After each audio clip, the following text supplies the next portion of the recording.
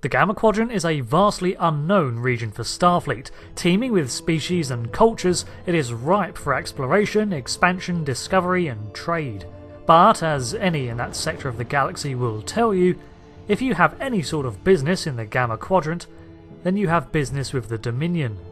The organisation has arguably the galaxy's mightiest military and a ruthless political and economic savviness that rivals and often outclasses that of other powers it meets. The Dominion philosophy is one of control through subjugation. What you can control cannot harm you. This mindset was laid down by its very founders, the changelings.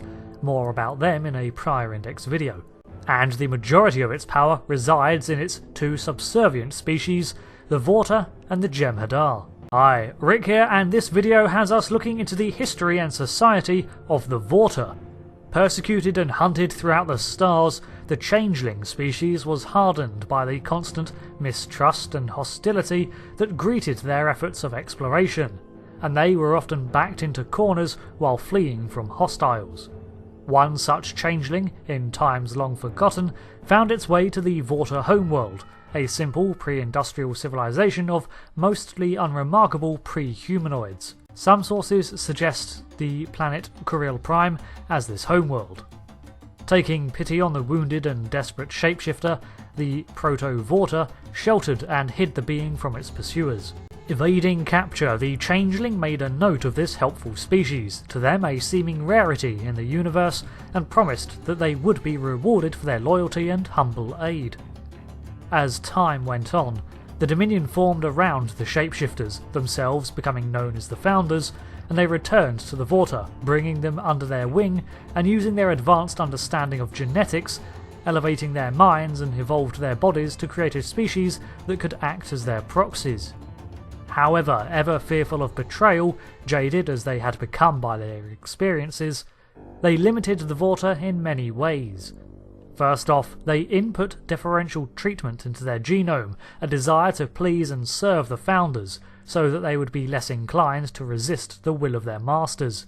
They picked traits to imbue the species with, effectively playing God and selecting only traits that the Founders deemed necessary they have. As the Vorta were to be the Founders' proxies, so that the changelings could avoid interaction and therefore risk when meeting with others, the Vorta genome is custom built to excel in these areas. On the surface, they appear humble, docile and friendly. They are eloquent, quick studies and move with a natural grace. Their minds are always racing, however, looking for advantages in negotiation and probing for signs of weakness in their opponent, and their kindly demeanour covers their callous ability to disregard life on a whim. To many species, the Vorta are erroneously assumed to be the head of the Dominion, as these are the highest ranking individuals that many races will interact with, just as the Founders intended. To facilitate their strengths as the intermediaries for the Founders, the Vorta have excellent hearing, above that of most humanoids. This ensures that any hushed whispers in meetings are overheard, and that they can eavesdrop on private conversations from afar to seek an advantage. However, as most of their meetings are conducted face-to-face, within the confines of vessels and the like, the species has poor long-range eyesight, having never evolved naturally to require the ability to gaze far into the horizon. They are immune to most illnesses and toxins, a trait added to their genetic makeup to prevent them from being assassinated during negotiations, and likely also to allow them to safely visit a number of climates. They also had a rather limited palate and taste, but enjoyed eating berries and nuts.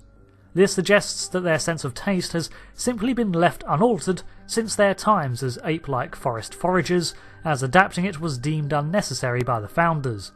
The Vorta, however, ever sure that any decision made by the Founders is the correct one, assumed that this was deliberate to remind them of their origins and how far the Dominion had brought them. They lack an artistic sense of appreciation too, which is an odd one, as it suggests a lack of imagination and creativity. These are traits that would heavily benefit shrewd negotiators acting on their own. However, many of these strategies and learned responses are imparted to them from the Founders. Again, on the surface, this makes the Vorta look like they can formulate, scheme and plot with the best of the strategists in the galaxy, but in reality most of their knowledge was taught to them, not some natural wisdom.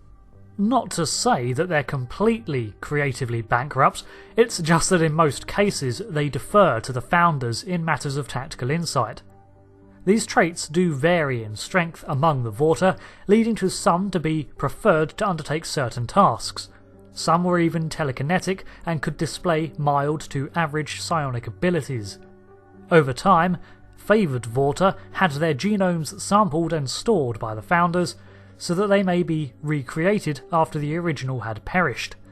It is unknown if this was part of the original plan the Founders had for them, or something that became the norm over time, but by the 24th century it appears that all Vorta were now bred this way, granting the Founders even greater control over their creations despite possessing two genders. The Founders viewed the Vorta as tools, nothing more, as they placed no value on any life unlike their own, especially solids.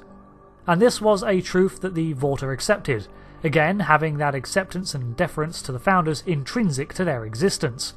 When a Vorta died, often a clone was issued to replace it, adopting the same name and affixing a number to its end to mark it as a separate individual, which the clone was, for while its nature would be identical, its nurture may be slightly different. The reason I think that much of their diplomacy and manipulative skills are genetic as opposed to being taught is that a cloned Vorta is immediately capable of picking up where its previous iterations left off, although it's unclear if their memories are able to be transferred too, which would provide another solution. One thing that the Vorta do still maintain is a sense of play. They do enjoy games and can find entertainment in playing them. Either the Founders deemed it a necessary trait that the Vorta themselves be able to relax at times, or that it was to grant them a better insight into other species, or that playfulness is just something so intrinsic to sentient life you cannot remove it without compromising the species' mentality. The fact that the species was elevated and tailored by the Founders into serving them as a reward for their kindness became the central point in Vorta culture, around which everything else formed.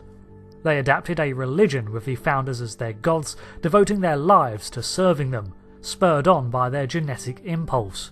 They gave thanks to the Founders, see the Dominion and its decrees as the right of their gods, and all who oppose it as blind, ignorant, or just unworthy. It's this core belief that allows them to be so ruthlessly duplicitous and merciless with their actions. If diplomatic efforts fail, they have no qualms about sending in the Jem'hadar to enact violence, and so powerful is their devotion to their gods that on their capture they are expected to activate their own termination implant to protect Dominion secrets. Each Vorta holds a position of power in the Dominion hierarchy over the Jem'hadar soldiers. The troops all answer to a First, the most powerful and capable of the Jem'hadar, and that First swears loyalty to the Vorta. It should be noted, however, that this fealty is because it is commanded by the Founders, and that the Jem'hadar share the Vorta's genetic deference for the changelings.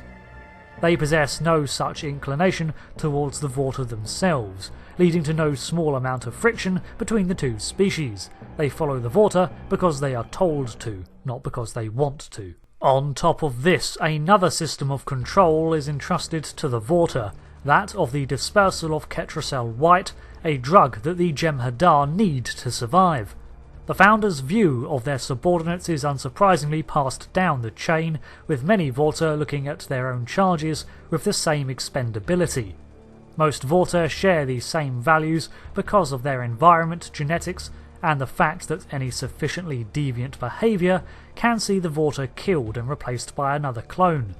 If a line of clones continues to display undesirable traits, then the source genome can be eliminated altogether. It has been observed that alongside their positions as leaders, envoys and traders in the Dominion, they have been seen occupying the scientific divisions of the construct, operating as physicians, researchers and other scientific capacities. This would be a natural fit for their analytical minds, though their limited creativity may pose a problem in any field. The Vorta overall are a facade of a species, and although elevated to one of the most quote-unquote powerful species in the galaxy, it came at a great cost. Just like their demeanour and reassuring attitude, they are a front for the true will of the Dominion.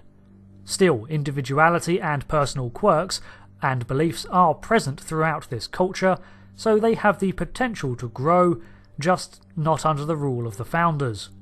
A Vorta clone exhibits mercy on an enemy of the Dominion, replace it with one who will act. A Vorta finds himself questioning his loyalty, a defective clone, replace it. What could we have been? Replace it. Why replace it? It's not so much that the Vorta lack the capacity to evolve a culture of their own to match the minds they were engineered to have, it's just they lack the opportunity. Who knows, maybe with the return of some benevolence and compassion to the Great Link, the Founders will adopt a softer view, and as such, hopefully the Vorta will be free to seek their own path. All it takes is a ripple. Thanks for watching this index on the Vorta of Star Trek. Almost everything we know of the Vorta comes from primary sources, which makes a nice change.